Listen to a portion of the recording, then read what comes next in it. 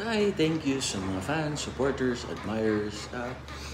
Yung pagiging sikat, or dating sikat, or sikat, nagkakaguluhan. Noon hanggang ngayon, walang pinagbago. Hindi nyo lang ako masyado napapanood sa mga television o pelikula, puro replay. Kasi nga, ayaw ibigay yung magandang role na hinihiling ko, ayaw ibigay yung tamang bayan. Diba? So, ganoon naman tayo. Alam naman natin yung worst natin. Ganoon na naman kasimple yun.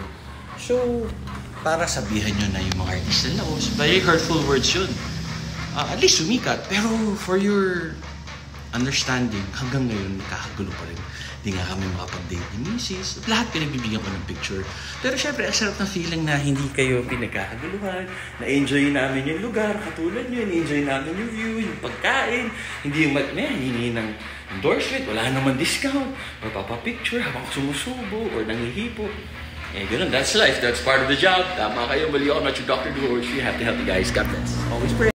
Ba na pag kilala kang tao, tataging ka ng mga presyo, wala prutas. Paging sa gagawa ng bubong mo, ng kuryente mo, ng tubig mo, ng mga PVC mo, sana o libre o discount, di ba? Hindi, taga.